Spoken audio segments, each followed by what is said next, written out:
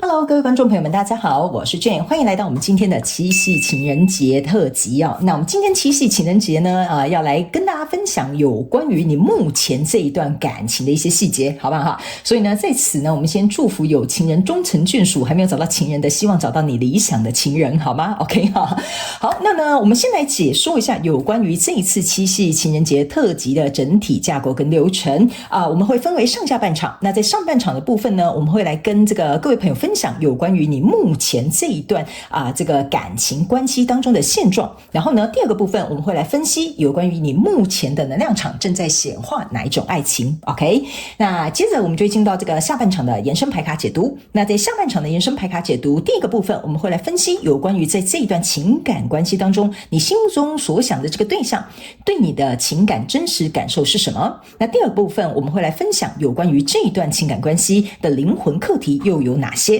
第三个部分我们会来告诉你有关于这一段情感关系你有哪些部分是需要进行转化的。第四个部分我们会来分享有关于在这一段情感关系当中你有哪一些盲点可能自己没有看清楚，然后我们会来把它点出来让你能够清楚跟明白。第五个部分我们就会来看看天使跟宇宙有什么样的讯息，希望透过传讯者我用口说的表达方式让你知道在这一段感情当中有哪些提醒跟祝福，好吧 OK 好。所以呢我们今天呢一样呢按照我们的老规矩，我们的这个主题式的这种牌卡解读，我们没有任何的选项体型小物，我们只有这个数字的1、2、3。所以等一下呢我们在进行颂钵调频的过程当中，你可以用你的心或者是用你的感受去看看你跟哪一个数字的连结特别的深刻，就可以听那个数字的选项，好吧 OK 好，那我们话不多说，我们就准备进入到这个颂钵调频的部分啦 OK 好。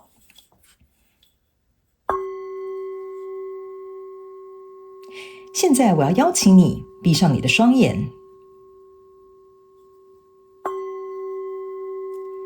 接着你可以把你的手放在你的胸口，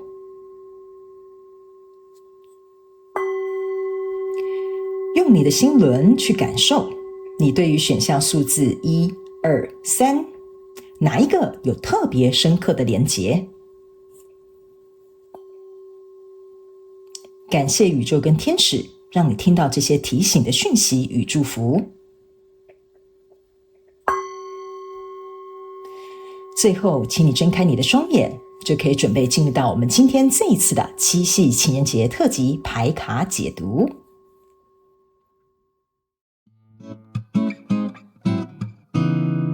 Hello， 大家好，我是 Jane， 非常感谢所有愿意在影片下方留言反馈以及按赞分享的观众朋友们，因为有你们的支持，才会有我的存在。所以如果呢，你还想要收听更多不同多元丰富的精彩内容，请你一起来收听我的主题广播节目，以及订阅我的电子报，就会收到最新的第一手消息。那如果呢，你还有其他的问题，也欢迎你点开影片下方的资讯栏，就可以找到所需要的答案。接下来就让我们一起来收看今天精彩的影片内容吧。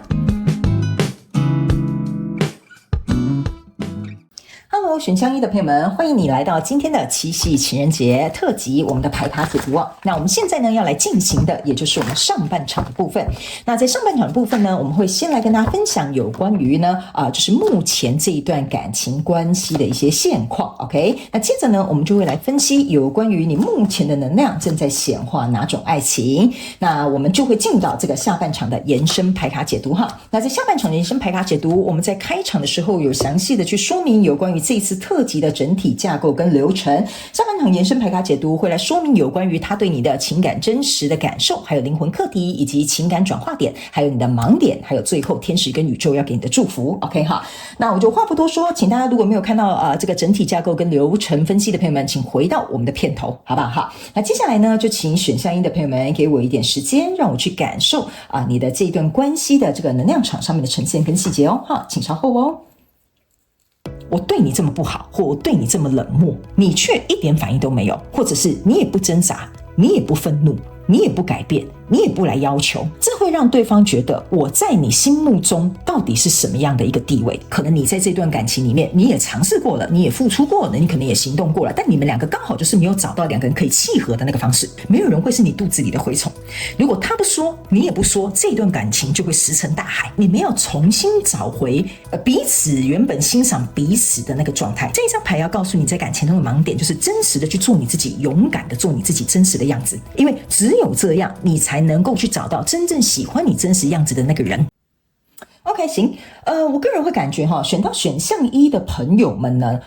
我觉得你的讯息很明显但是呢，我觉得截取适合你的就好了。我觉得选项1的朋友们，这一段情感关系呢，目前它是可能还在运作的状态那情感关系呢，它不需要局限说你们两个一定要在一起，比如说你们现在正在暧昧，或他在追求你，或比如说你们在一段恋爱关系，或你们可能是一段婚姻关系等等之类的都可以或三角关系也都 OK。好，那呢，我必须要讲这个选项1的朋友们，你的这个情感关系给我有一种感觉，就是你们之间是还有连结的，但是呢，这个连结里面又有一点尴尬就是说这个连结呢，我觉得没有给我到很大的兴奋感，但是还可以维持，可是目前还找不到一个走向或者是一个去向，有点像说这两个人之间，就是你跟他之间或者是这个情感关系呢，会有一种比较倾向于，就是我们目前找不到方向，因为不知道方向在哪，所以暂时有点像是得过且过，先 hold 在那边的一个状态 ，OK 或者是这一段情感关系有一点 pause， 有一点暂停的一个感觉那只有极少数选项1的朋友们，跟你在这段感情里面的这个人，他有可能最近跟你的联系比较少，或者是热络互动这种状况也会比较少一些我觉得这个也有一点这个能量场在里面，我们一起来看一些状况，好不好详细细节我们都会在下半场延伸牌卡解读跟大家解说所以大家不用急 OK。 来，首先呢，我觉得这个关系的主能量场就是这个权杖骑士。而非常有趣的是这个权杖骑士呢，它是逆位的，意思就是说这一段关系没有让你有一种就是有这种热情奔放，或者是追逐，或者是这种我们两个都是朝向同一个方向，或者是我们两个是这种对这段关系很有期待的。权杖骑士逆位象征就是这个动能不足，所以有可能不知道你们之间发生了什么事情，导致于这段关系动能不足。OK， 比如说已经是老夫老妻了所以就可能过得很平凡平淡，这种也是一种动能不足。但是不是说老夫老妻不 OK， 但是这里面就是少了一点点这种我不能讲催促感就像比如说老夫老妻早上起床就是我准备好你的早餐，然后晚餐我就也帮你准备好，然后时间到了我们就一起上床睡觉所以呢，好像我为什么会这样形容的那种老夫老妻，就有点像说这好像变成一个规律，好像变成一个 routine 它没有一种就是两个人之间情感该有的这种交流炙热，或者是这种男欢女爱我这样子讲好不好 OK 所以这个是目前这一段关系的一个主轴 OK 那接下来我们先来看一下，来这边呢是一个圣杯3，然后还有这个是圣杯2，然后还有这个是宝剑4，这就是逆位的 OK 一般来说呢，我是一个只读正位牌卡的人，但是有一些这个不一样的这种主题，我正逆位的会读这3张牌卡呢，给我有一种感觉，就是选项1的朋友们，你要去想这个圣杯3逆位，圣杯2逆位，代表的是说我跟你相处在一起没什么涟漪，没什么快乐，没什么激情，或没什么憧憬 OK 再加上这个圣杯2的逆位，就有点像说为什么我会讲说可能是老夫老妻可能是走到一个瓶颈，或者是可能两个人也不知道说到底要怎么样才可以激发热情，甚至我可以看到这边有一个画面就是你们两个人出去吃饭的时候，两个人都是在各自各滑的手机所以我在想说你到底是在跟手机吃饭，还是在跟这个人吃饭。然后呢，这个宝剑4的逆位也会变成是说我有一点不太想去想现在这个可能很尴尬，可能停滞，可能没有热情的这种阶段，我暂时也想不到一个解套的方法。这个是这个情感当中的第二个我觉得最主要的氛围的一个呈现，就是说我知道我们两个人之间好像没有热情的火花，但是我暂时也不想去想，我觉得这样也蛮好的，我为什么一定要有热情的火花 OK 所以这个我觉得是在某部分选项1的朋友们，你也会觉得既然如此得过且过，我也不用每天搞得好像就是需要有一个大惊喜，或者是比如说我们两个之间一定要热情如何怎么样所以这是某部分的这个选项1的朋友们会遇到的一个状况。但是呢，我觉得这一张宝剑4的逆位会给我有一种感受，就是说呢你知道有这个问题存在，但是这个问题没有被拿到台面上来解决，就是说我们两个人的情感没有这种交流，或者是我看到这个情感有一点关系，但是我知道他在，但我不一定现在要解决就是他可能没有一个急促，或者是比如说一个紧急，一定要现在当下去做这件事情的一个感受。OK， 所以有可能因为这样子，所以你们两个人双方之间敌不动我不动。好，你有打电话给我，那我就接电话；你有传讯息给我，我就回讯息给你。但没什么事，我们就这样。OK， 好，所以呢，这个状况会让我感觉在这段不管是什么样的感情状态里面哈，它就是有点像是那个很像一个很平静的湖面，我们这样子讲好不好 ？OK 哈，好，那呢我为什么会用一个很平静的湖面的意思，就是说这段关系也没有到那么惨哈，就是说已经到了无药可救，就像这个很平静的湖面，这个风景是很漂亮的，但是你就是会觉得太平静了。OK 哈，所以呢，来到这边呢，这个是一个权杖女王，然后有一个钱币三这个刚刚应该是逆位的哈。OK， 来，权杖女王逆位跟权杖三的正位，然后这个是魔术师的逆位，所以我才会说呢，这段关系就是船过水无痕哈，就有点像说呢。平平淡淡没有什么不好，但我总觉得长久之计这样下去不是很好。OK 哈，所以这个隐忧它是存在的，但是这段关系它是进行的。权杖女王的逆位跟这个魔术师的逆位的意思就是说呢，我不知道为什么哈，这边有个很小众的讯息，某部分水象一的朋友们哈，你会觉得既然都如此啊，那干脆就得过且过了哈。得过且过的意思是说，这个魔术师逆位给我有一种感觉，就是说。反正既然现在这样子也不好也不坏，那不然我就顺其自然，看看接下来会怎么样。好，如果合就合，不合就分。好，我觉得某部分的选项一的朋友们的心态是这样子的 ，OK？ 因为我觉得某部分选项一的朋友们哈，你的心态已经调整到就是有也好，没有也罢。好，这是某部分小众选项一的朋友们，所以我觉得可能在某方面你已经做好。这段关系不要走下去，或者是就顺其自然的消失也无所谓。OK， 好，我觉得某部分极小众的这个选项一的朋友们的感觉是这样。那这个权杖女王的逆位呢，会给我有一种感受，就是说，如果我没有看到这一段感情，哈，对方或者是这一段关系，它是可以让我有一种我必须要长久看得到一个结果，我就会去争取，或者是我就会去把握，或者是我就会想要去经营。如果对方没有给我这样的反应的话，那我觉得目前的合作能够少使一点力，我就尽量少使一点力，哈。我不知道我这样解释你懂不懂哈？但是我觉得选项一的朋友们哈，里面有一种我想一下要怎么形容给你们听哈。选项一的朋友们哈，有一点像说敌不动我不动。哈，然后呢，我刚刚是不是有讲一句，就是说能少使一点力，我就少使一点力，对吧？哈，因为你也没有多大的诚意，那我何必要付出我所有的心意给你？哈，我的感觉有点像这样，所以有一点像是说，如果你们两个在暧昧的话，对方可能5天打电话一次给你，那你就觉得说，哦，那就好了。那你有打来，就像我刚刚讲的，那我就接。但平常呢，我也不愿意投入太多，因为我觉得你好像也没有打算这件事情，你好像很积极。OK 哈，那如果你们是在感情当中，我觉得这个感情就有点像说，反正我们每个周末会见面，那礼拜一到礼拜五就是我自己的事啊。那周末见面，那我们就见面啊，该干嘛就干嘛。OK 哈，那如果是在一段婚姻里面哈，这个就有点像是说，我都已经跟你结婚10年了，这还能怎么样？老夫老妻不就是这样吗？所以我会觉得你的心态，我不知道你是处之泰然，还是说就任由它自由的发展。OK 好，我觉得这是这一段关系目前给我一个很微妙的一个情绪在里面。OK 好，那接下来我们来看这个权杖2跟权杖7，然后还有这个宝剑6的正位。好，我个人会感觉哈，为什么会说哈这段关系还没有走到一个尽头，还没有到一个很差的一个程度的原因，就是因为你注意看哈，你所有上面的牌卡全部都是逆位的，只有这个钱币3是正位，就代表说这段关系它还是有来往的。但是呢，在这个结果这3张牌卡呢，全部却都是正位的哦，非常有趣的哈。这个权杖2跟这个权杖7还有这个宝剑6，象征的意思就是说，这一段跟你交手的这个人哈，就是这段关系呢，我觉得呢，其实你们彼此可能在这一段可能平平凡凡或没有任何波澜的过程当中，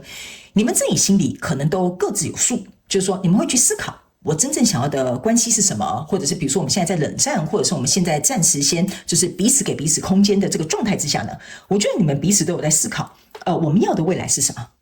？OK， 那这个未来还值不值得我争取？比如说你觉得这个人还值不值得你去付出？哈，或者是他可能心里也在想这段关系还值不值得他去经营 ？OK， 所以呢，这个权杖7加权杖2象征是权杖9，我觉得你们两个人之间有一种感觉，就是我们要不要去捍卫他？我要不要再尝试一次？我要不要再给他一个机会 OK， 这个是我觉得在这个结论哈，就这段关系呢，可能中间会有一个转折。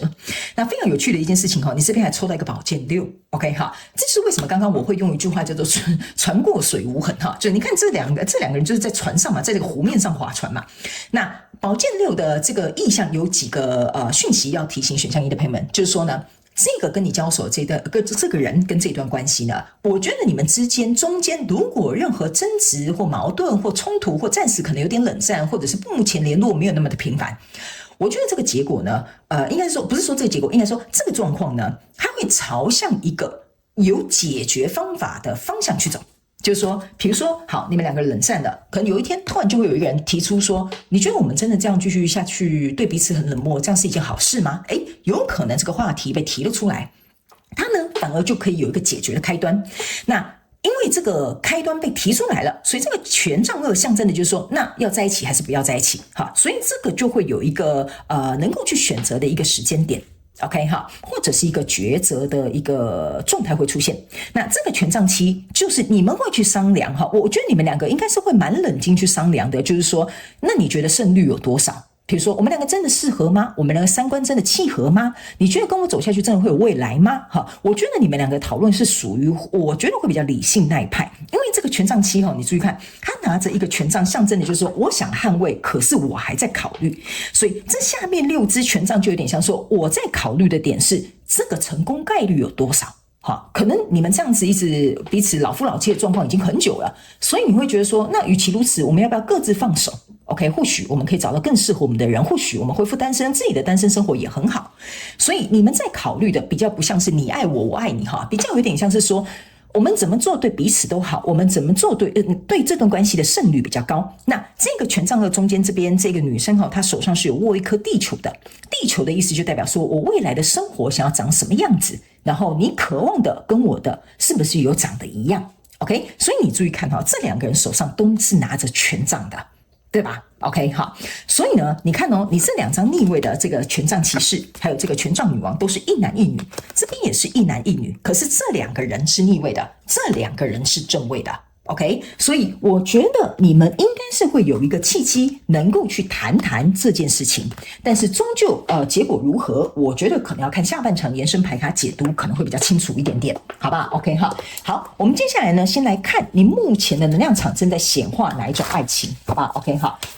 其实我觉得选项1的朋友们哈，你的状况没有不好，只是他可能需要有一个破口，能够让你们2个人有机会去谈谈或去聊聊这件事情或这段关系，可能才会再有一个下一个阶段的推动。好不好 ？OK 哈，所以你们现在也有可能是在一个冷战时期，或者是联络比较少，就像我感觉到一样，你们之间的那种。没有那种哈，就是大家七夕情人节应该有的那种热情，你懂我的意思吗？好 ，OK 哈，所以我在解你的牌卡的时候，我不知道为什么哈，也会有一种胸口闷闷的感觉，好，就是没有不对，但是总觉得胸口闷闷的。OK 哈，好，来，接下来我们来看一下你目前的能量场正在显化哪一种感情哈。这边呢是一个钱币7，这边是一个太阳牌卡，这边是一个权杖骑士。你看哦，你这边又是权杖骑士验证权杖骑士啊。OK 哈，但一个是正位，一个是逆位，所以呢，我个人会感觉呢，在这个状况当中呢，其实我觉得可能在一开端的时候，就是你们2个人可能打得很火热，或者是呢，比如说你们2个都在初期的时候，我觉得应该对于这段关系都是有一个比较正向的看法。OK 哈。但是呢，我觉得你们2个人之间好像遇到一个什么点，这个点我当然不知道，因为你们每个人的状况不同哈。因为这个钱币7哈，给我有一种感觉就是，奇怪，他怎么没有走到钱币8？ OK， 那你可以把这个太阳象征是其中一个钱币，就是说钱币7加钱币1象征的应该变成钱币8，可是它没有走到钱币8，象征就是说推动这一段关系向前走的那个最重要的因素没有出现，或者是要有的结论跟答案，或者是你们要讨论出的共识没有显化出来，所以导致于这个权杖骑士他没有办法往前走，所以这就是为什么现状会是逆位的。所以我觉得呢，你目前正在显化的一个爱情哈，我应该是这样子说哈，你应该要去找出这个东西对不起，你应该要找出这个因素，才会去显化出你想要的所谓的理想中的爱情，或你想要的爱情的模样。OK， 所以呢，你的这一题我会比较有点反过来去解答你，就是找出这个东西，找出这个关键点，你就会显化出你想要的那个爱情，甚至你们这段关系还会有死灰复燃的机会。好吧 ，OK 哈，好，所以呢，我觉得如果假设你停滞在这样的状态，可是却没有任何的行动，也不愿意去解决这个问题的话，那这个爱情就会像现在这样，有点像是有名无实的一种存在感。OK 哈，那来到这里呢，你抽到的这个是钱币五，然后抽到的这个是什么？宝剑二的逆位，然后呢，还有这个是女祭司的正位。OK 哈，好来。我会这样觉得哈，这个钱币五哈，这个钱币五呢，给我有一种感受，就是说呢，你跟这个交手的这个人呢，我觉得要提醒一下选项一的朋友们，就是说，你不能说这个人就是这样，我有什么办法？好，我不知道为什么我听到这句话，就是他就是这样，我有什么办法？对吧？他又不改，我有什么办法？他又不努力，我有什么办法？好像是他怎么样，我有什么办法？好，就等于是说你没有办法。所以呢，我觉得如果你是用这种心态在一段感情当中，那你要去想一件事情，你在显化的一个爱情就是一个很无奈的爱情。OK 哈，就是你心里虽然想要经营，你心里觉得这个人可能不错，可是你对这段感情是很无奈的。OK 哈，那你对一段感情充满着无奈感，象征的意思就是说你没有力气去改变这件事情，或者是你没有去争取你想要的一些在情感当中被满足的需求，或者是比如说你没有办法跟这个人开诚布公说，你怎么可以这样子我觉得不 OK 哈。那你要去想哦，你去显化的一个爱情就会变成是不是一个适合你的，这是一个很正常的一个结果哈，这不用显化，这用脑子想就知道了哈。但是我要提醒你的一件事情，就是你在显化的那个爱情会变成是有一点让别人来决定你的命运。OK 哈，所以你这个女祭司呢，这个女祭司哈，象征就是说呢，你心里会 murmur， 你心里会有很多想法，但它没有办法被拿到台面上，因为你看待这件事情就是好像已经成了一个定局。OK 哈，所以呢，这个就是为什么我会稍微提醒你一下，这个因素要去找出来。这个无奈感可能要去把它处理掉，或者是能够从这样的状况去解套，不然呢，你心里 murmur 对这件事情没有任何的帮助，你 murmur 只是加深了你心目当中的无奈跟不爽，或者是对这件事情的不满足。OK 好，所以呢，我们再来看，你还有2张牌卡，这张牌卡是一个宝剑国王，这张牌卡是一个圣杯侍者的逆位。OK 好 ，anyway 随便哈，反正我不是按照牌意解释的。这2张牌卡给我有一种感觉，就是说呢，为什么我刚刚会说你们2个有机会是用很理性的方式去解套这件事情的原因，就是因为这个是一个宝剑国王的正位，象征就是说，如果你们都能够很爽快的把这个你们在感情当中遇到的状况拿出来讲清楚、说明白，不要用情绪的状态去处理这个处理你们现在所遇到的状况的话，其实这就像我后面讲的。你这个关系其实它是可以有所进步、有所解套的，但是你愿不愿意成为那个先拿出宝剑的人，这个就是你正在显化的爱情。你身处于的这个爱情，不能只是被动的等待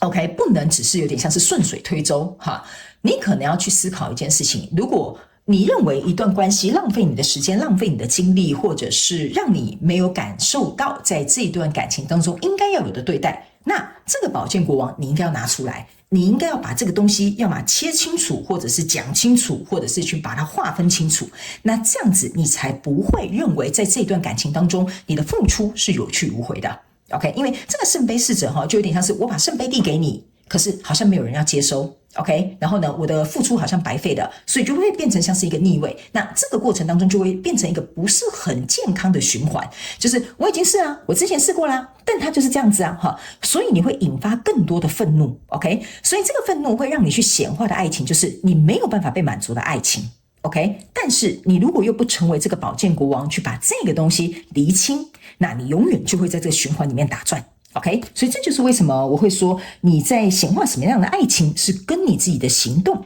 是有关系的，好吧 ？OK， 好，所以呢，这是我们上半场的这个有关于你目前关系的现状，跟你目前可能会显化哪一种爱情。接下来我们在下半场要开始详细的去做一个分析了，就是有关于在这段感情当中，这个人就是你交手这个人，他对你的真实情感是什么？这是第一个部分我们要去分析的。第二个部分我们会来看这段关系呢，在进行的过程当中，你们的灵魂课题是有包含哪些部分？第三个部分呢，是你需要进行的情感转换呢，也包含哪一些面向？第4个，也就是这一段感情当中的盲点是什么？最后我们会来听看看天使跟宇宙要给你的提醒跟祝福，好吗 ？OK 哈。所以呢，如果呢你愿意深入看见这段关系背后有关于比如说你自己正在转化的灵魂课题，以及这份爱对你带来的人生真正的意义，欢迎你一起来到我们下半场的延伸牌卡解读，以行动来支持我们的频道。那延伸牌卡解读的连结就在这一则影片下方的资讯栏的第1行，你可以很轻松找得到它。我也欢迎你们一起来加入，好吧 ？OK 哈。好，那以上呢有关于上半场呢，先稍微让大家了解一下这个轮廓，希望选项1的朋友们可以更加了解自己的状态，也非常感谢你来收看我的影片，也希望你会喜欢。那我们就下半场延伸牌卡解读见咯，拜拜。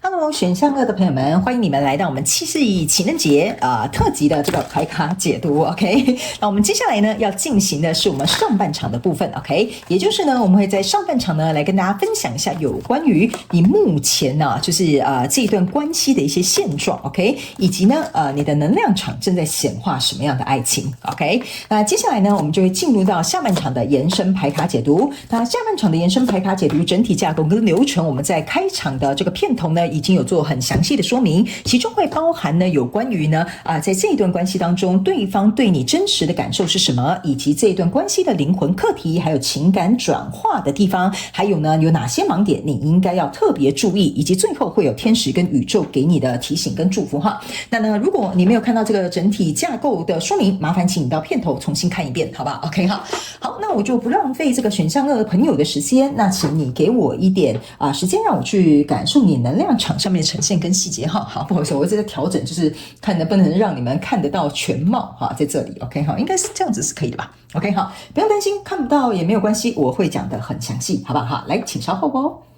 他对你是尊敬的，他对你是敬仰的，但是这个反过来说，他对这个东西也会有一点恐惧的。你是他人生当中震撼他的那个人，所以这个非常有可能会改变他的模式。你要去找适合你的人，而不是看起来很好的人。我不喜欢就是不喜欢，我喜欢我就是喜欢，我不做作，我也不扭捏 OK， 我就是让你看到我是怎么样的一个人。你不需要用受苦受难或者是经历这一切才觉得说我的感情很轰轰烈烈。某部分有一些情感比较坎坷的选项2的朋友们哈，正是因为如此，所以你可能不知道什么叫做健康的关系。这个关卡是你必须要能够去跨越的很大一道的情感关卡。你过了这一关，我必须要告诉你，你的能量场给我的感觉就是你有点所向无敌。OK， 行，我觉得选项2的朋友们，你的这个感情状态蛮清楚的。OK，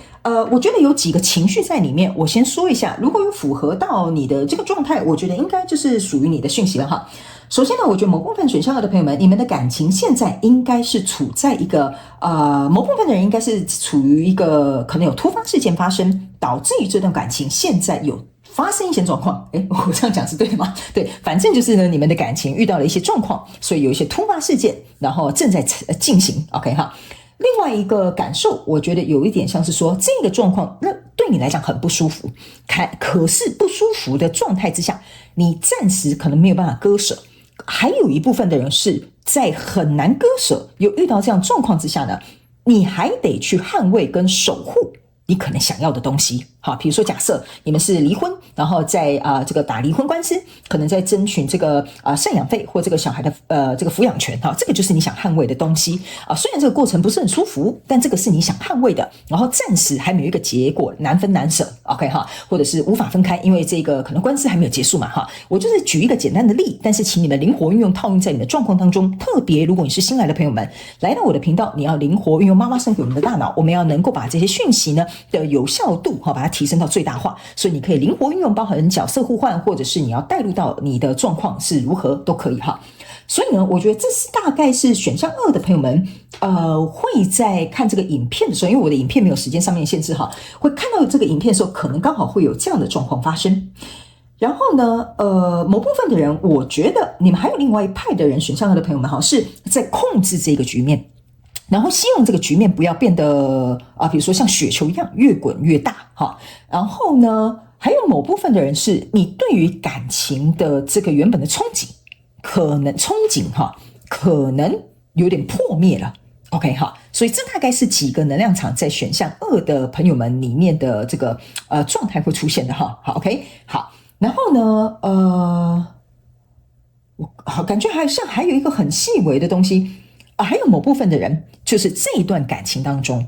原本隐藏的一些东西，应该是被揭发了或揭露出来了。好吧 ，OK 哈，好如果不是你的，请你就不要硬要套路这些讯息，好不好哈？因为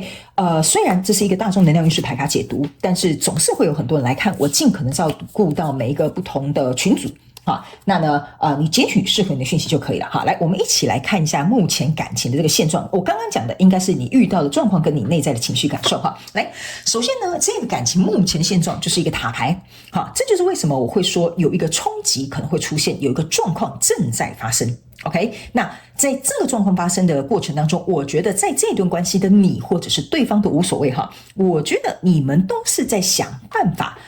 怎么讲？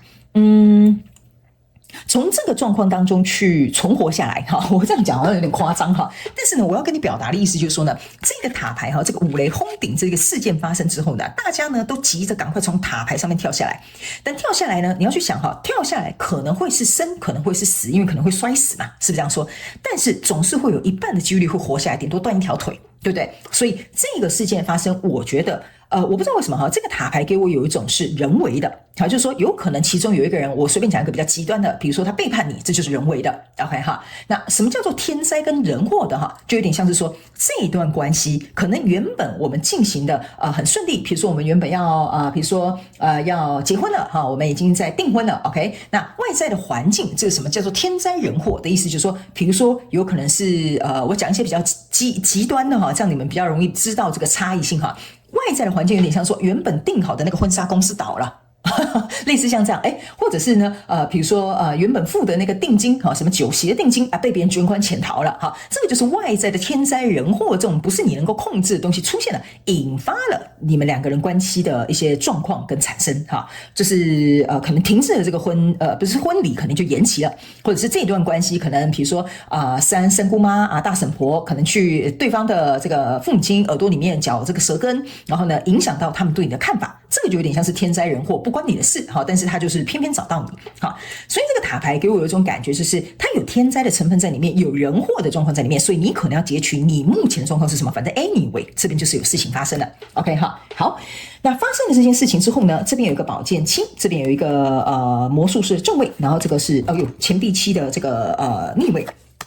魔术师是正位的，两个是逆位的哈，非常有趣的一件事情。你有没有发现哈，这个钱币七跟这个宝剑七都是逆位的，他们两个都是7号牌卡，只有这个魔术师是正位，象征的意思是说，这一段感情目前正在进行的状态当中，就是我投入的东西呢，要暂时及时停损了。OK， 还有另外一个宝剑七逆位，象征的意思就是说呢，你可以看哈，这个人我先转正位给你看哈，这个人呢是手上呢握着1、2、3、4、5，然后6支宝剑在他身上的。好 ，OK， 他想要装作若无其事哦，从这个军营旁边跑走，然后有一个宝剑一在地板上。OK 哈，为什么这张牌卡会是逆位的？就是要告诉你，原本如果这件事情如果是人为的哈，不管是这个本人所为或他人所为都无所谓哈，你们要灵活运用这个讯息哦。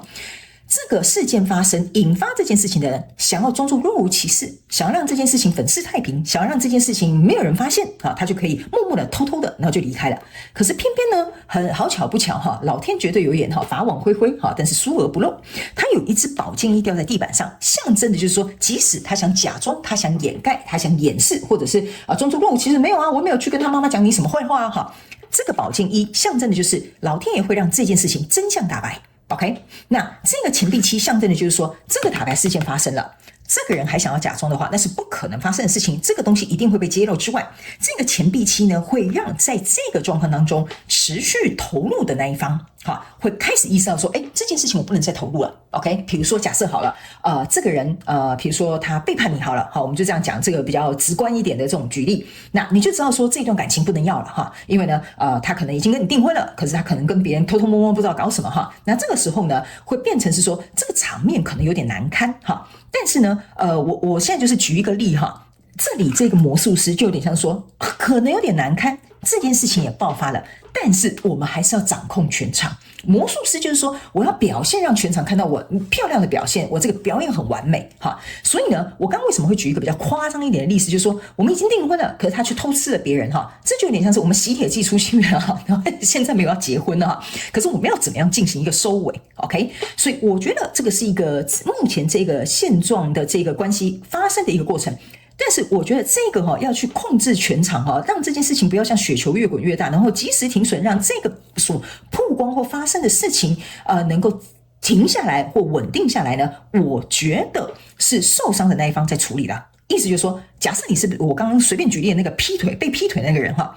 这个反而是那个被劈腿的人在收拾善后。OK 所以我这样举例你们就可能比较明白，但你不要担心，我先跟大家讲一下，你如果是选项2，我没有说你另外一半一定劈腿，有可能只是你们两个很恩爱，但是有人去他的父母亲耳边嚼舌根，说你这怎么样，然后翻你的什么旧历史。 OK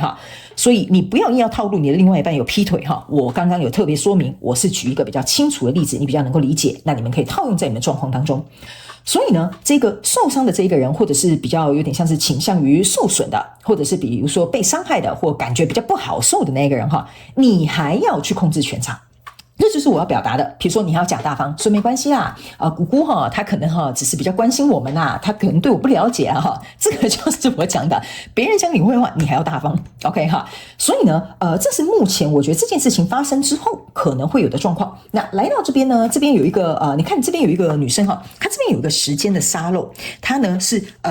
这个叫做靠在这个花圈上然后呢这张牌卡是一个女祭司的逆位，这个是一个圣杯十的逆位。所以为什么会说有些人你们对于这个感情的憧憬可能会被破灭或打破？意思就是说，比如说你原本想说要嫁给这个人了，没想到他们家的人这么难相处，所以这个圣杯十你就会开始思考说，完了，我以后嫁过去婆婆会不会很难搞，或者是那三姑六婆大姨妈会不会又在那边讲我的坏话。OK 所以这个女祭司倒过来的意思就是说，你内在的隐忧会跟这个圣杯十有一个连贯，就是说这段感情你开始会比较以一个比较悲观的方式去想，或比较消极的方式去想，或者是可能你会预设一些很可怕的情节会出现，这个就是女祭司的逆位。 OK， 因为女祭司通常是一个很冷静沉着的人，当她反过来的时候，就代表说她把所有的阴暗面你自己内在的恐惧或想象就会导出来了。那这边呢有一个女生她是坐在这边，然后这边有一个时间的这个沙漏。 OK 我个人会有一种感觉就是说，虽然这件事情发生，有一个人要去控制全场，这件事情可能被先出来之后，可能及时停损的过程当中，我觉得这个你内在的感受就是感觉到这些恐惧的东西呢，它不会因为时间而停止。意思就是说，比如说这个三姑六婆去你的另外一半旁边嚼舌根说你真的要娶这个媳妇吗？她以前怎么样怎么样等等之类的这个风波呢不会因为你假大方或时间的流逝而停下来。所以这个东西是选项2的朋友们你可能要考虑的。意思就是说，如果假设我再回到刚刚那比较偏激的，你已经订婚了，这个人却劈腿了， OK， 那你这个婚礼暂时喊卡了，你给他再久的时间，这个人不一定未来以后就不劈腿。OK， 那你对于婚姻的憧憬跟你内在的恐惧会存在，所以他不会因为经过1个月、2个月、3个月，你就会信任他，因为这个信任跟伤害已经造成了，这个事件已经在你心里有这种恐惧产生了。OK， 所以这边可能是我要提醒选项2的朋友们，就是说这个时间就算要有时间是很长很长的时间，那你要思考一下这一段关系，你愿意花时间去处理或消化你这些可能被破灭的这些想法，或者是内在的这些恐惧，还有你要去评定这个状态，你觉得这一切值不值得，需不需要你继续这样做，这个是要由你来选择，因为这是你的人生。 OK 好，所以呢接下来呢我们来到这个下面这个结局的这个牌卡。好，来这边呢是一个钱币女王，这边是一个宝剑3，这边是一个恶魔牌卡。这就是为什么起码以目前的现状来讲，我会告诉你这个时间暂时没有办法冲刷这个东西，因为我必须要跟你讲这个时间给我有一种感觉来，我给你看为什么会说这会反复。你去想这个沙漏的漏斗大家都知道这个沙漏完之后呢，这边就空了嘛，这边就会挤满了沙，你要再转过来，这个就会再开始重新再漏那个沙漏，对吧？所以这就有点像是会反反复复。所以我会告诉你为什么这个不是时间可以修复，这个是会你平复了又跑出来，平复了又跑出来，对方可能有一个动静，你就说你是不是又跟别的女生暧昧了所以这个就是为什么我会提醒你，就是说这个三姑六婆可能最近讲一讲说没有啦，其实我觉得选项2的朋友很好，你娶她当媳妇可以啦，但是呢可能过了几个月说你看你那个媳妇做那个什么事情，我早就告诉你了吧，所以我才会跟你说这个东西是会反复的。所以我觉得这一段关系你可能要扪心自问一下，反反复复你觉得你过不过得了这个关卡，好吧？我们再来可以看这个结果 ，OK 好。那这个结果呢，我必须要跟你讲哈，它有点像是一个开放式的结果。为什么我会这样讲给你听哦？不是我不负责任哈，我要解释给你听。在这里，这是一个恶魔牌卡，你注意看哈，这个就像是一个恶魔，左右两边抓的这两个人，就代表说，在这一段关系里面跟你交手的这个人。你不管你的感受是难分难舍，或暂时没有办法割舍，比如说你在打官司的，因为官司还没有解决嘛，就像我讲的哈，我尽可能都举例让你能够灵活的去运用这些东西。所以在没有办法割舍的状况当中，我刚刚有说了，这个魔术师他是负责控制这个局面的。那这个钱币女王，你看哦，她是坐在这边哈，然后拿着一个权杖坐在这里 ，OK？ 那如果我没有办法割舍，或者是这件事情也发生了，或者是你对我的伤害也造成了，钱币女王就有点象征意思说，好啊，既然我也难分难舍，我们暂时也不能割舍，那我有什么是我可以争取的，我要回来的，或者是我要能够怎么讲，你要给我个交代的哈，这个也可以，好吧哈。那来到这边，这就是一个宝剑三，这就是一个女生在落泪，所以我才会跟你说呢，在这个状况当中，你不仅哈，为什么会说这个反反复复的状况，你可能要考虑一下，就是你会很不舒服哈，就像这个宝剑三状况不舒服，但是你又要像一个大人一样，像一个大女主一样去捍卫我的权益，或我要争取，或我要拥有东西，或者是拿到你要的交代，然后这个难分难舍的状况又会在这个情感关系当中来来回回。OK 哈，所以我才会跟你讲，这个如果要有一个下一步的另外一个结局，就是说经历这一番之后，下一个结局，我觉得要在更后面一点点。所以我会说，某部分的选项的朋友们，这个状况呢应该是已经发生了。OK， 我现在在讲的。有可能是你内在正在经历的一些心理状况 ，OK？ 但是这个东西要有一个着落，要再更往后一点的能量场，好吧 ？OK 好，所以接下来我们先来看 ，OK？ 目前关系如果是这样，那你正在显化哪一种爱情？那这边呢，你也不用太担心，等一下下半场延伸牌卡解读，我们会来详细解说更多细节的部分，好吧 ？OK 哈，好，我们先来看一下你正在显化什么样的感情，好吧 ？OK 哈，好，我觉得选项2的朋友们哈，当然哈，七夕情人节哈，我不想唱衰别人哈，但是呢，我必须要讲哈，如果你的能量场真的是如同我在讲，然后你也正在经历这些事情哈，其实我觉得七夕情人节对你来说，我不知道为什么这边有一个讯息哈，我想要带给你，我觉得七夕情人节对你来说是一个做决定很好的时间点。OK， 你的能量场给我的感觉是这样，就是说，比如说你们之前是情人，或你们可能是暧昧，或你们在婚姻当中哈 ，anyway 哈，因为这些关系的状态没有任何的局限。OK 哈，我觉得这个七夕情人节的这个氛围呢，会让你更清楚的去看到跟你交手的这个人，还有这段关系。OK 哈，那当然可能也会额外牵扯我们刚刚讲的外面的天灾人祸嘛，那些三姑六婆或者是外面的人的意见。OK 哈，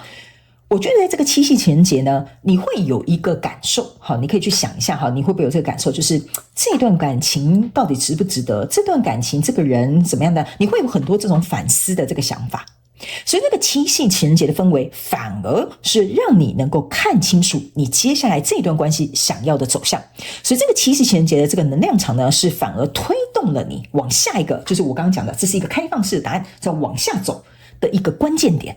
OK 哈，所以我觉得其实你不要去怎么讲，不要认为我现在讲的这个东西是不好的，它其实是推动着你往一个下一个阶段或往一个更好的方向去做一个决定或迈进，好吧？好，我觉得我这样解释应该蛮清楚的。如果我在讲你一定听得懂我在讲什么。欢迎你在下面留言跟我分享，好吧 ？OK 哈，好，接下来我们来看你正在显化哪一种爱情哈。首先呢，在这里呢，你抽到是一个权杖6，抽到的是一个宝剑骑士，然后呢，抽到的是一个吊人牌卡。OK 好，来，我先跟你解释一下这2张牌卡哈。这个权杖6呢，是我认为你在思考的一个感情，是所谓别人我怎么形容呢？我觉得某部分选项2的朋友们哈，你对于感情，就是所谓的成功的感情，你是有一个模组或有一个形象的。比如说，你的感情是一定要结婚、生子、成家立业，这个叫做完美的感情。好，比如说我就是举例啦哈，我不是八股哈，我就是举例给你听。比如说这个就是你觉得完美的感情，人生应该要完整，就是要这样。OK， 所以在这个状况当中呢，我个人会认为，你为了要达成这样子的感情，你是很愿意冲锋陷阵的。意思就是说，我会愿意在这段感情付出，我也愿意在这段感情当中牺牲哈。然后呢，这边有一个吊人牌卡 ，OK 哈。我觉得你在显化的感情，就是因为你在这个过程当中，你很冲锋陷阵，然后你很付出，或者是某部分当然有点牺牲，哈。但是我觉得你不笨，哈。我这样讲，我不是在讲你说你以前笨，哈。我不知道为什么，哈。这个宝剑其实给我的一个感觉，就是说我这个人也不是好惹的。OK， 我的付出跟我的牺牲跟我的在这个关系当中的投入，那是因为我要的是这个权杖六的感情。就是说，我要的是一个能够陪我成家立业、生孩子、结婚，然后给我一个名正言顺头衔的人，哈。所以你这个冲锋陷阵，哈，你不是傻乎乎的投入跟付出，所以这就是为什么来到这里，你还必须控制全场，你必须还要能够有能力去思考，像一个钱币女王坐在这里，然后呢，还要能够及时停损，然后去思考接下来下一步该怎么做，即使你很不舒服。OK， 所以我才会说。你不笨哦，你是一个很聪明的人，因为你想要达成这个目标，所以你愿意去做。OK， 你是有这个主动的能力，你是有这个愿意付出的这个行动。OK 哈，但是这样子会为你吸引什么样的感情呢？有一点像是说呢，你会吸引来犹豫不决的人。好，什么叫犹豫不决的人？就是这个吊人牌卡。好，就是说。我怎么跟你形容这个能量场比较好？就有点像说哈，好，今天我们两个人刚认识，对吧？哈，来啊，你叫小王啊，你好，我叫小花，哈，然后我们两个喝杯咖啡，然后你就跟他讲，我这个人就是要结婚生子，哈。就第一次见面你就跟他讲，我就是要结婚生子，我觉得结婚生子对我来讲就是人生的憧憬哈，就像这个圣杯十，人生应该就是要这样才会过完美哈。可是呢，第一次跟你见面的这个小王或小花，好 OK 哈，他就说我的天哪，我第一次跟这个人约会，他马上就跟我聊到结婚生子，所以这个人的犹豫不决，或者是这个人没有很肯定，或这个人他没有很确定的这种感情就会被你显化出来了。为什么呢？因为哈。你可能冲向前的时候，这个人事物会让你有一种感觉，就是他好像很适合结婚，他好像很适合稳定下来，这个人各方面条件都不错，个性好像也蛮适合的 OK 哈。所以在这个过程当中呢，由于你的很冲锋陷阵的这种能量，这个人反而哈，我不是说他被你吓到哦，因为他是被你吓到更好，吓一下把他赶走了，你反而去找下一个不是更好吗？哈，但是我觉得这个人是有一点像是说，你吸引来的人就会变成是他能不能像你那么果断。他能不能够像你那么决绝 ？OK， 好，因为呢，你的冲锋陷阵跟付出一切所有，让这个人看到，就是说，哇，你看这个人啊，这选项的朋友，他为了要结婚，为了要生小孩，为了要找到他另外一半，哇，他这样子，哇，我好钦佩他哦，我也觉得，哇，他真的好勇敢哦，我可能也想要结婚哦，我可能也会考虑生小孩哦。可是我要告诉你的意思就是说呢，他会觉得你这样很好，但是他不知道他自己做不做得到。OK 好，我觉得我这样解释你可能能够理解，所以这一段感情可能会持续的运作，但是可能到结婚当天，他突然就像一个落跑新娘或落跑新郎一样说，我觉得我做不到，因为我觉得我好像还没有准备好。OK 好，所以这个就是你可能目前正在显化的爱情，就是这个人有没有像你一样肯定。OK 哈，这个人有没有像你一样肯定 ？OK 哈，好，所以呢，来到这里呢，这边好，然后这边我要提醒一下那个选项2的朋友们哈，我不是说因为你那么肯定，为什么吸引来那些不肯定的人哈？不是的，我觉得这个人是因为想要像你一样，所以你们两个会有一个课题上面的连结，就是他能不能够像你一样通过这个关卡，然后跟你一样奋不顾身的朝向同一个方向去前进，所以。因为你们两个的能量的交缠，所以你们两个才会出现在这段关系里。OK 哈，所以我不是说你很衰，刚好吸引到一个就是不是很肯定你的人，不是的哦。OK 哈，好，那来到这里，我们来看一下，你抽到的这个是权杖3的正位，然后这个是圣杯10又是逆位 ，OK 哈，然后呢，这个就是圣杯骑士的逆位 ，OK 哈，好来，你的圣杯10的逆位已经重复出现2次了，所以我才会说你对于感情的冲击好像有点被毁灭了。OK 哈，这个权杖3象征的就是说我往前冲，想要得到我的圣杯10，但是为什么往往我在付出这些情感的时候却都失败了 ？OK 哈，所以呢，我觉得你的能量场正在显化什么样的感情？就是说呢，我觉得你可能要去思考。如果假设这个状况不是第一次出现，或者是可能已经出现2次，或者是你可能一直重复遇到这样的人，可能就是对你没有很肯定，好像都没有跟你要一路冲到底的这种状态哈。我觉得选项2的朋友们，你可能要去思考一下，为什么你会重复显化这样的爱情？原因是因为呢，我觉得权杖3往后走是权杖4，往前走是权杖2。往后走象征的就是我会很肯定，权杖4就是象征的是成家立业嘛。往前走权杖2就是代表说不是很肯定，我还在思考。这个就是这个吊人牌卡的原因。所以这就是为什么我刚刚在这边就会跟你讲，你会吸引可能没有那么肯定，还没有那么确定，或者是会临阵脱逃的人。所以这张牌卡其实就是在重复讲，这个东西会被这样子类型的人去推翻，所以你会觉得你的投入好像有去无回。所以你可能要去想一下，会不会在你的旧有的感情模式，可能你以前受过伤，可能你以前吃过鳖，所以呢导致于你内心还是会有这个想法，所以吸引来的人就会重蹈覆辙这样的剧情，直到你能够解脱这个信念，或者直到你能够改变这个信念。OK， 或者是还有另外一个感觉这张牌卡有点像说，就是因为我没有成家立业，所以成家立业这件事情对我来讲，没有生小孩，没有结婚，对我来讲可能是一个匮乏，我想要拥有它，所以呢就会造成显化了这样的状况，让你对于这件事情感到更想要掌控，更想要紧抓，更想要去填补它。好，这个你可能可以去思考一下，从这几个方向去想。好，所以呢来到这边呢，这是一个圣杯2的逆位，还有一个这个是什么？宝剑女王的逆位。OK， 好，我觉得这2张牌卡要怎么样去跟你说明有关于你在显化什么样的爱情呢？就是说呢，我觉得某部分选项2的朋友们，因为为什么我刚刚在解释这张牌卡，就是说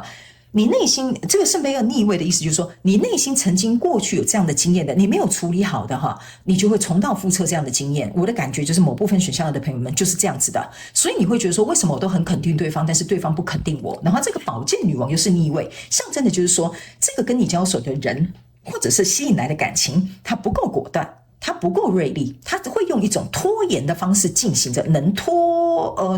就拖，要不然就等到东窗事发，要不然就等到烂到不能再烂，这段感情你才会知道结果。所以你有可能吸引来的感情会是这样子的但是呢我现在不是在七夕情人节唱衰大家请大家不要误会我意思我讲的这些都是什么不是很好的消息我要提醒你的意思就是说，反而言之就是说，如果在未来你想要显化一段好的感情，希望你想要符合你的这种幸福蓝图的感情的话呢，那第一你要很果断。比如说这个人在一开始，我刚刚是不是有跟你讲你第一天就告诉他我就是要结婚生子，吓跑他没有关系。为什么？吓跑错的人，你才会遇到对的人。这就是宝剑女王变成正位。OK， 你就会吸引到，我也是想要成家立业，我也是想要结婚生小孩的。OK， 好，那这个圣杯2就会出现了，能够跟你共同朝向同一个方向的人就会出现。这就是为什么我要告诉你，可能你现在显化的爱情或感情或关系并不适合你，但是如果你能够突破这些点，你要的感情它就会来了，好吧？那你也不用太担心，反正我们在下半场延伸牌卡解读会有详细的解说，因为我们现在就要准备进入到下半场延伸牌卡解读了那我再跟大家说明一下，等一下呢，我们在下半场延伸牌卡解读，在第一个部分，我会先来分析在这个你脑袋里面想的这个关系里面的人不管有没有在一起，或已经在一起，或者是你们是结婚或怎么样的感情状态，我们来看看他对你心中的真实感受是什么？真实的情感感受。第二个，我们会再来分析第二个部分，这段关系到底为你带来什么样的灵魂课题。第三个部分，我们来看一下，在这一段关系当中，你需要进行的情感转化又是哪些面向，以及这段感情你有哪些盲点。最后我们会来看天使跟宇宙有什么样的提醒跟祝福，希望透过传讯者我来告诉你，好不好所以呢，如果你也想要来到我们下半场的延伸牌卡解读，愿意的就是你能够愿意更加深入去看见你自己在这段关系背后的，比如说宇宙在设计这一段关系对你要带来什么样的好处，或者是你自己在转化的一些感情上面的灵魂课题，以及这份爱对你到底有什么样的意义，欢迎你一起来到我们下半场的延伸牌卡解读。那我们下半场延伸牌卡解读的连结就在这则影片下方的资讯栏第一行，你可以很轻松找得到，欢迎你们以行动来支持我们的频道。 OK 那以上在上半场的这个大概的这个轮廓，我也希望能够为选项2的朋友们带来一点点稍微的解惑，然后让你们能够理解自己身处于在什么样的状态，好不好所以我也在此祝福你选项2的朋友们，也非常感谢你来收看我的影片，希望你会喜欢。那我们就下半场延伸牌卡解读见咯，拜拜。Hello， 选项3的朋友们，欢迎你们来到七夕情人节特辑。我们这一次的能量运势牌卡解读那我们这一次呢，这个七夕情人节特辑有分为上下半场。那在上半场的部分呢，我们会来跟大家分享有关于目前这一段关系的现状，以及你的能量场正在显化什么样的爱情。OK 那下半场呢，我们在开场的片头已经有跟大家说明整体的架构跟流程就是在下半场呢，我们会来跟大家分析有关于呢，在这一段关系当中，他对你的真实的情感感受是什么，以及这一段关系所需要学习的灵魂课题，以及你需要进行的情感转化点。还有呢，在感情当中你有哪些盲点？最后我们会以天使跟宇宙祝福的这个部分来进行一个结尾哈。那详细的内容请大家回到片头去看，如果你没有仔细听我说明的话，片头有更详细的说明 OK 哈。好，那呢我们就准备要进入到这一次有关于你的这个七夕情人节特辑的能量场了哈。那请这个选项3的朋友们给我一点时间，让我去感受你能量场上面的呈现跟细节哦哈，请稍后哦。我怎么可以在我的生活当中，或者是在我人生当中可以遇到像你这样子的人？感觉你好像是老天爷送来给他的一个礼物，在一段关系当中，可能有机会帮你清理这些卡住的这个状态，或者是你要去学习的课题或不健康的模式或想法，你要把握这些机会。这个就是你在一段关系当中要学习的灵魂课题，特别是这一段关系里面，你太早过于给别人信任，或太早过于把这个人归类说他一定是一个好人，或者是太快的就去认为这个人是一个不会伤害你的人。能够留下来的人，你不用勉强他；不会留下来的人，你也不用勉强你自己。OK， 好，我个人会感觉呢，选项3的朋友们哈，你目前的整体的能量场让我感觉在这一段关系当中呢，我觉得呢，我怎么形容这个能量场哈？有一点像说跟你交手的这个人啊，就是在这段关系里面的这个人。那当然这个关系呢，我先跟大家说明一下在准备要开始解读之前哈，这个情感关系并不代表你一定要在感情当中，有可能是你们现在正在约会，或者是你暗恋的对象，或者是你已经结婚的对象，也有可能是你的另外一半等等之类的哈，都可以，或者是你是别人的第三个人啊，或者是别人是你第三个人，通通都 OK 好，反正就是有情感关系的，你都可以来看这一次的七夕情人节特辑 OK 哈。那呢，为什么会说这个我要怎么解释的意思就是说呢，我觉得某部分的人哈，你们在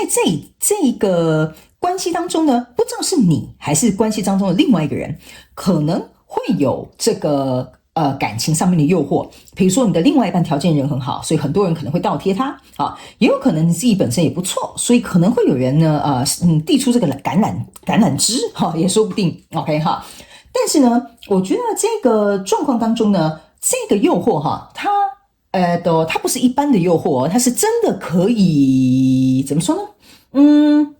它是一个强烈的诱惑，好不好？我就这样讲哈，就是可能真的会让你心动的那一种。不过呢，我要告诉你的意思就是说呢，你不要太担心，我这样讲只是告诉你可能会有这个现象，或可能会有这个状况 ，OK 哈。但是我觉得好的状况是呢。不管是你或者是对方，或者是可能这个人特别主动 OK 哈，都不会影响你跟这个人的这个关系状态。好，我接下来就要来跟你解释为什么 OK 哈。不过你们两个必须要能够去经历这个考验 OK 哈，所以呢这个有点像是是福是祸躲不过哈。但是呢有些时候呢塞翁失马焉知非福啊，差点影响飞狐。OK 好，来这整个关系的主体能量场是一个倒过来的权杖女王啊。那这个能量场给我有一种感觉，就是说这个在你关系当中或你心目中想象的这个人呢，我觉得他目前在感情里面呢，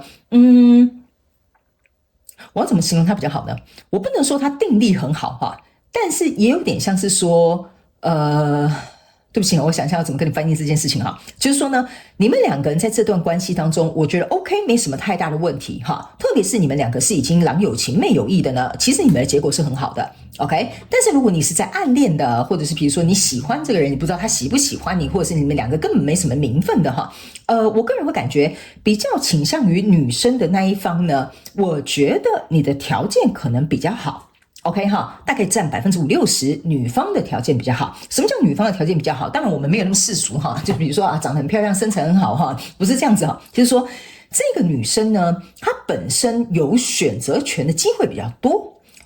并不代表说她一定是外在条件好或身家背景好，有可能是她自己本身的自信。就是足以让他能够有这个选择权，好，这个是这个权杖女王，虽然她是逆位哦，但是她给我有一种感觉，就是我不是别无选择，我只是不去做其他的选择。OK， 所以如果你是在一段关系当中的话，就代表说这个女生是很认定你的，比如说你是男生或女也可以 OK 哈，那就代表说这个女生是很定下心来的 OK。 那特别如果你是在看这个影片，你本身是一个女生的意思就是说，这个你喜欢的人你就是喜欢他到底 OK， 或者是你就觉得我就是心甘情愿，我就是很爱这个男生或很爱这个女生都 OK 哈，我们这边支持同性恋 OK 哈。所以呢也有可能比如说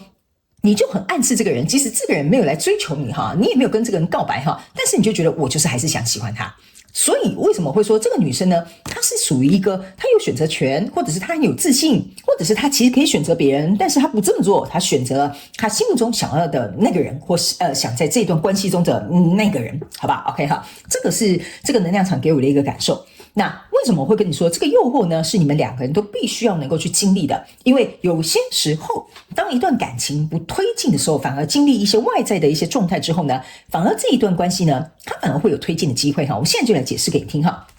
首先呢，这张牌卡呢是一个圣杯4的正位，然后呢恋人牌卡的正位，然后呢还有一个圣杯7的逆位。OK， 这3张牌卡呢给我感觉，选项3的朋友们哈，就是说这边有一个人是递出一个圣杯要来给你的哦。OK， 然后呢，你低头再看这3个圣杯，那这3个圣杯里面呢，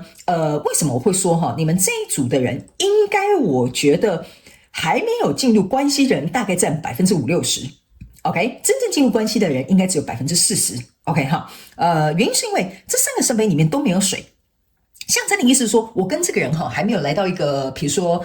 名正言顺的头衔，比如说你是我的男朋友，我是你的老公，或你是我的老婆哈等等这种状态。但是我们相处的蛮融洽的，就有点像说我们是朋友啊，我们相处很融洽，或者是我们在搞暧昧哈，或者是我们互相暗恋都可以哈。反正这个圣杯3就是还没有举杯庆祝，就是说我们已经进入了一个什么正式关系的状态。所以这个时候呢，人人都有机会嘛，是不是这样讲？所以这边就会有一个机会进来咯。那这个时候，这个女生是在看说，其实我们两个相处的好像蛮不错，也有其他人好像在追我 ，OK？ 但是我对于你的感觉就是比较强烈，就比如说你就是很暗恋这个男生，好，我们现在就讲男女就好了哈。那你是男女都无所谓，但是呢，你去看哦，这边有个圣杯7，这个圣杯7是逆位的，这个圣杯7逆位的意思是说，我不考虑其他的选项，因为我对于我心中这个人是很肯定、很认定的，就算有一个圣杯送进来。但是我觉得他们不是我想要的，或不符合你的理想了，或者是你就是觉得就算再好，我就是选定这个人了 ，OK？ 所以这个是我感觉选项3的朋友们，你可能会有的一个心理状态，或者是你就是很肯定这样的一个情感关系 ，OK 哈？然后呢，这边还有一个讯息哈，我觉得这个能量场蛮有趣的哈。我刚刚有讲嘛哈，现在就是人人都有机会嘛哈，因为可能大部分的选项3的朋友们，你们两个是没有来到一个就是很正式的关系。这个圣杯7加上这个圣杯3哈，我个人也会有一个感觉，就是选项3的朋友们哈，你虽然很执意这个人或很喜欢这个人，但是你不是那种就是我已经什么身家财产都要给他，我就是要嫁给他那种哈。我觉得你还没有到那么傻哈，你呢是觉得说这个人我很喜欢，我先选定他。但是我可能也不太确定他会不会成为我的圣杯10，因为这个圣杯7加圣杯3象征是圣杯10，意思就是说我们现在相处融洽，我们就继续用这样子方式相处，可能有点暧昧，可能有点互相暗恋，或可能是朋友的关系，我想再观察一下。OK 好，所以我才会说，这个如果是在这段关系当中的女生呢，她是蛮有选择的权利的，而且她的条件可能各方面也蛮不错，所以来到这边呢，这是一个权杖8加上一个权杖7，然后还有这个是钱币5，3张都是逆位的哈。这个逆位的意思就是说呢，这段关系暂时没有一个推动，那也用不着到我去大声张扬说我很喜欢这个人 ，OK？ 还有一件事情就是你还在观察这个人可能不符合你的标准或条件或理想的一些这种，我觉得这种观察期哈还没有通过，所以在这样的状况当中，你也不急着推进。这就是为什么我会说呢，你也在观察，你也在看，你不知道这个你这么喜欢的人，或者是你暗恋的这个人到底适不适合你哈。那我刚刚有讲为什么你们之间可能会遇到一些考验，原因就是因为说呢，这个圣杯4进来有可能是进到你这边，也有可能是进到另外那个人那边。OK 哈，但是呢，我为什么会说这个诱惑是很强烈的原因的意思就是说呢，第一，你们现在如果是属于没有正式名分关系的人哈，那就代表人人有机会嘛，所以呢，这个胜率就是50-50。第二个，我个人也会感觉被你看上眼的哈，就比如说假设我就把你设定你是一个女生哈，被你看上眼的这个对象呢，其实本身条件也不差，所以当别人把这个圣杯递给他的时候，因为他可能没有跟你在一起，所以他可能会自由跟别人约会嘛，是不是这样说，对吧 ？OK， 所以这个是一个很强烈、很有诱惑力的诱惑 ，OK 哈。然后呢，还有一件事情是因为我会感觉哈，在这段关系当中呢，我觉得呢，经历过这个诱惑哈，但我一直讲诱惑，不是说他真的会受到什么诱惑啊，就是说可能会有一个人出来对你示好，会对对方示好，或者是你们会经历这一块挑战哈。我觉得这个挑战有点像说，比如说我很喜欢小王哈，然后呢我很喜欢他，然后呢但是呢小王可能都没有跟我告白。OK， 那小王也好像没有说喜欢我，但是我们经常像朋友一样出去玩。可是突然有一天，小花跟小王讲说：“小王啊，其实我很喜欢你，我不知道你对我的想法是什么。”这个时候，小王才会突然发现说：“哎呦，小花在跟他告白的时候，他觉得有点紧张，想跟他保持一点距离。然后呢，他可能就会想要来靠近你，或者想要跟你说，或者是想要跟你解释。这个时候，小王才会突然发现说：啊，原来我心里喜欢的人是选项3啊。” OK 哈，这个就是我要表达的意思，就是说这个强烈的诱惑会去考验这个人对你的心意，或你对他的心意，导致于这个东西，它终于有一个开花结果的机会了。好，我不知道我这样解释选项3的朋友们可不可以理解？所以有些时候他并不会弄巧成拙，有时候反而弄巧成精了。OK 哈，然后呢，所以我会觉得呢，如果你现在的感情有遇到这样的状况，包含如果你在关系里面的也没有关系，因为就算你在关系里面有一个人可能对你另外一半示好，你的另外一半会直接跟他说清楚讲明白说，哦，我现在喜欢的我爱的我在关系里面的是选项3，请你不要来打扰我们2个人之间的关系。 OK 哈，所以这个反而会让他更肯定说，我好像经由这个考验或挑战，我好像更加确定选项3的人是我想要走下去继续走下去的人。 OK， 所以我才会跟你说老天爷要派来去考验这个人的定力一定要派一个可以影响他的，他必须要能够有勇气有力量去拒绝才行。 OK 好，所以这个可能就是看你们是谁。 OK， but anyway 这个挑战是很有诱惑性的。 OK 好，然后呢如果你是在一段关系当中，我刚刚有跟你讲因为某部分的人你还是看嘛，这个人有没有适合你，就代表说你们可能还在谈恋爱，但是可能还没有论及婚嫁，可能还没有想那么远。所以在这个过程当中，你也会透过这件事情看见这个人真实的样子，以及他对你的情感的投入。所以这个其实对你们双方都有利。可是这边考验选项3的朋友们一个内心的一个课题，就是说你会不会被 trigger， 就是说会不会被诱发出我好害怕我会不会失去他，或者是我会不会不够好，只有他选择了他，或者是你的不安全感可能会让一段原本好好的关系开始有了波折。有可能这个人没有造成你们的风浪，但是你自己心里掀起惊涛骇浪所以呢，这个是这个能量场当中呢，我看到的选项3的朋友们可能要稍微自己去注意一下。这样 OK 好，那接下来这个结果牌，这是为什么我会跟你讲，你不要太担心，这个结果蛮好的原因，就是因为这是一个权杖4加上一个权杖3，还有一个吊人牌卡。这个象征的意思就是说我哪里都没有要去。OK， 我没有要改变我的方向，我想要稳稳的在这段关系当中。那这个吊人牌卡的逆位象征的意思就是说，我不用应该说这件事情过后，就是这个挑战过后或这个诱惑过后 ，OK， 我不但没有改变方向，而且我想要定下来。最重要的事情呢，这个吊人牌卡为什么要呈现逆位？吊人牌卡呈现逆位就代表说这个东西是停滞的，不，正位是代表停滞的，逆位就代表说这个关系反而被推动了。OK， 所以这就是为什么我会跟选项3的朋友们其实你说到选项3，我觉得好像也没什么好看的就是恭喜你，祝福幸福快乐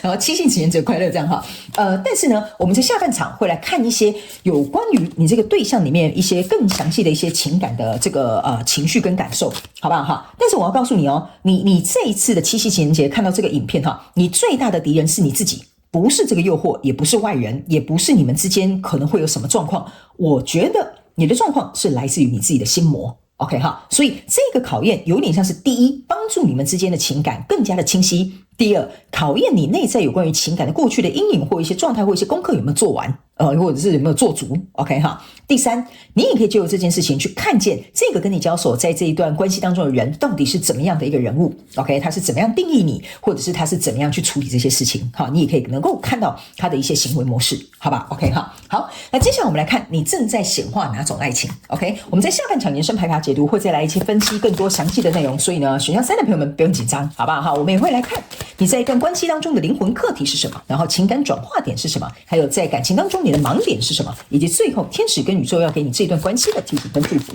好不好 OK 好，所以请你稍后一下，我要先把你正在显化的爱情的这个牌卡先抽出来好，行，很好，还一次给我4张，非常感谢好，我们来看一下OK， 来吧。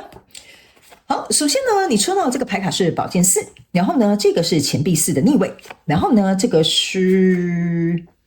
隐士牌卡的逆位。 OK 好，来，这3张牌卡其实说实在的我觉得选项3的朋友们你在显化的一个就是我要一个开诚布公光明正大的一段关系。为什么呢？这个是一个隐士牌卡，隐士牌卡逆位的意思就是说我没有要隐藏。OK， 你如果要跟我在一起，或你喜欢我，你就要清楚的告诉我。OK， 所以这就是为什么这个隐士牌卡它会是逆位的。那钱币式的逆位呢，象征的意思就是说呢，你不能跟我讲说，把我藏起来哈。钱币式它如果是逆位，象征的是藏起来；钱币式如果是正位的，就是说这就是我的，光明正大的，就是说这就是我的，我就是踩得很死，你不要碰。OK， 但逆位的钱币是象征，就是我可能想要把它藏起来。你看你这2张牌卡哈，都是很明显的在讲，我要的是一个光明正大的爱情。所以有可能在过去的这个感情当中，我觉得你在这边受到我有讲哈，你这一次的这个考验哈，是你自己内心的心魔。有可能在过去的感情状况当中呢，你可能是被隐藏的，或你可能不知道你介入别人的感情的，或者是比如说你到最后才发现原来他是这样子的人。OK 哈，所以这个就是你想要显化的爱情，你目前的能量场想要显化的爱情。所以这个宝剑四的正位哈，象征的意思就是说呢，宝剑四的正位就是说，我现在如果要进入一段感情的话，我是会深思熟虑的。OK， 如果这不符合我，或这个人把我隐藏起来，或这个人呢跟我搞暧昧，不说清楚，不讲明白哈，这个我都不要。OK， 因为宝剑四往前走是宝剑三，宝剑四往后走是宝剑五，两个都不是什么太好的牌卡，一个就是心痛，一个就是背叛。所以你在宝剑四的这个能量场当中，就是我很清楚，我想得很清楚哦，这个我都不要。OK， 而且我也没有往前走去宝剑三，我也没有往后走去宝剑五，这个就是你正在显化的爱情。OK 哈，那接下来呢，我们来看这边哈，这边呢你抽到是愚人牌卡的正位。然后呢，还有这个圣杯2的正位啊，都很好，你看吧，所以我才会跟你说哈，你这一次的考验是你自己的这个状况比较多，所以下半场你可能可以看到比较多的细节。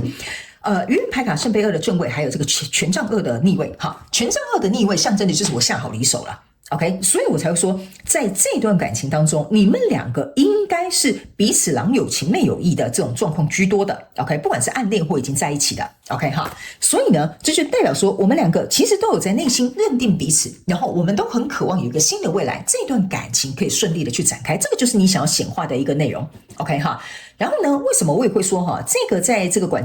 情当中的这个女生哈，她可能蛮有自信的，不一定是因为条件好所以有自信，而是说我很会看人哈，我觉得这个男生就是一个不错的发展对象，或者是我觉得我跟他个性很合，或许我们条件稍微有点差异，不过我觉得个性合是最适合我们的，所以你就是压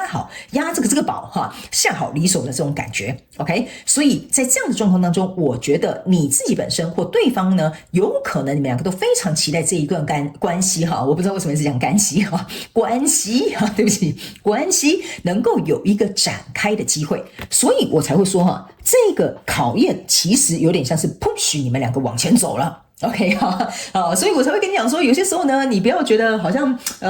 就是这个状况到底是好还是不好哈。OK 哈，这就是我前面想要表达的，所以这个牌卡洗出来就是一样的。你想要的是对这个感情很有期待，有一个新的开始，而且你希望你们感情有推进，这个就是你在显化的。但是我要的是光明正大的感情，你必须要能够开诚布公的跟我说，或者是这一段关系是要能够公开的，这个也是你在显化的感情。那接下来呢，这一张牌卡呢是一个权杖侍者，然后还有一个这个是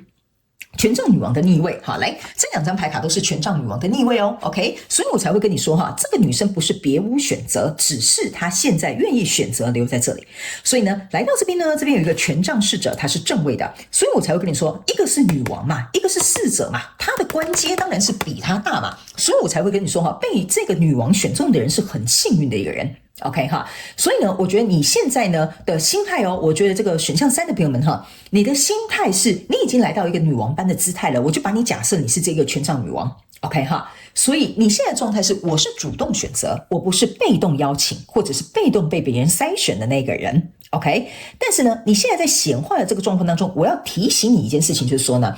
因为你开始有了选择权，可能是你是有自信，或者是借由过去的经验之后，你开始知道说我自己的感情应该要为我自己的感情负责，所以我想要主动去出击。OK， 这个没有问题。OK 好，但是我要提醒你的一件事情就是说，由于你是一个权杖女王，所以当你是一个权杖女王的姿态现身的时候呢，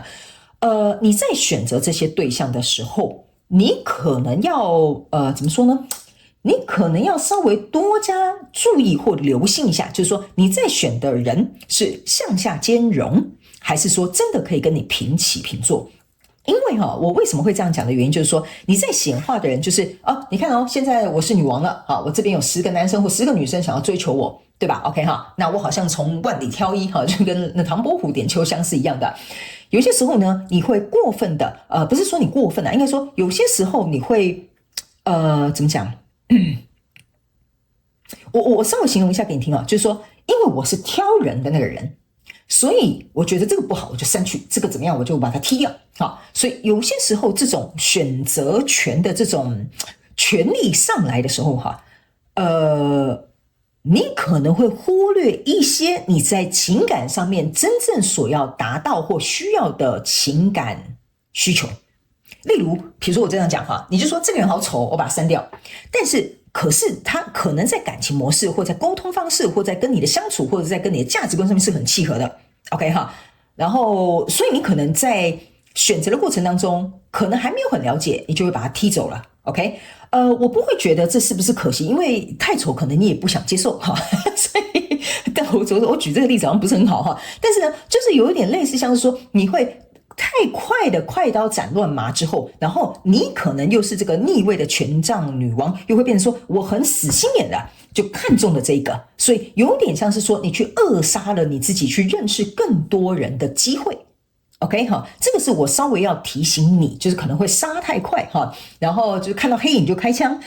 或者是就太死心眼，所以就把你所有的这个家当都压在这个宝上。OK， 所以这个是唯一这2张牌卡我要稍微提醒你，所以有些时候我觉得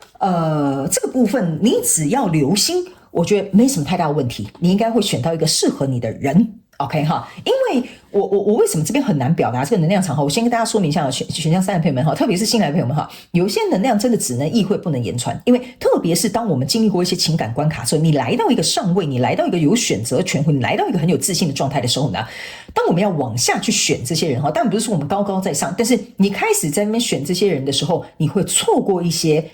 可能在过去情感当中你很重视的，但是你现在可能过了头，或者是你忽略的一些点，好不好 ？OK 哈 ，Sorry， 我真的觉得这个能量很难形容，但是我觉得选项3的朋友们应该很聪明，可以知道我在讲什么，好不好 ？OK 哈，这就是唯一我要提醒你的一个状态。除此之外，我觉得你的感情状态可以透过这一次的考验跟挑战，让你自己有所成长，也可以让你看清楚这个感情状态，也可以更加了解这个跟你交手的人他的心态是什么。好吧 ，OK 哈，好，那接下来我们要进入到下半场的延伸牌卡解读。那既然呢，我们现在只看到一个轮廓，那在下半场延伸牌卡解读，我们就直接来看，在第一个阶段，我们会来分析这个人对你的情感真实的感受是什么。第二个，这一段关系，你要去学习的灵魂课题有哪些？第三个，我们来看一下你需要进行哪些情感上面的转化。第四个，我们来看看这段感情当中，或者是你原本的这个感情状态，你有哪些盲点。最后，我们来看看天使跟宇宙有什么样的讯息、跟提醒，还有祝福，要给选项3的朋友们，会透过传讯者我用口说表达的方式，让你来了解。